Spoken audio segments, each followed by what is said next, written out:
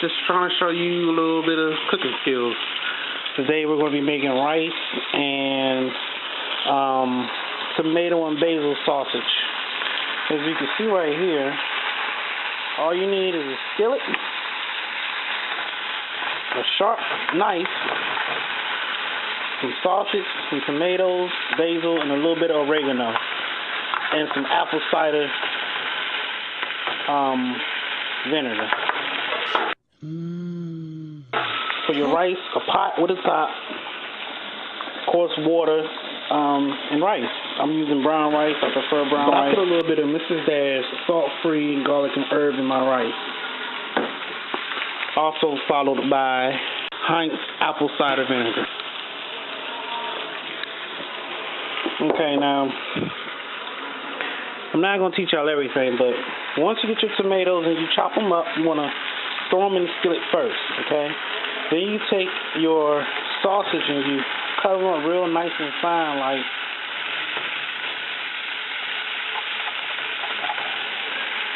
and you throw those in the skillet, okay? And you cut up your fresh basil. Okay? Put that in a pot with a little bit of oil. You can use olive oil or whatever, but I'm using vegetable oil. Okay, make sure you put about a good 3 tablespoons of Heinz apple cider vinegar. Periodically make sure that it doesn't stick to the skillet. It should look similar to this when it's done. And it should have a real fine taste. I mean, like, the taste is very strong. Right, yeah, that's gonna be done. And while it's cooking, you gotta put whole oregano. Alright?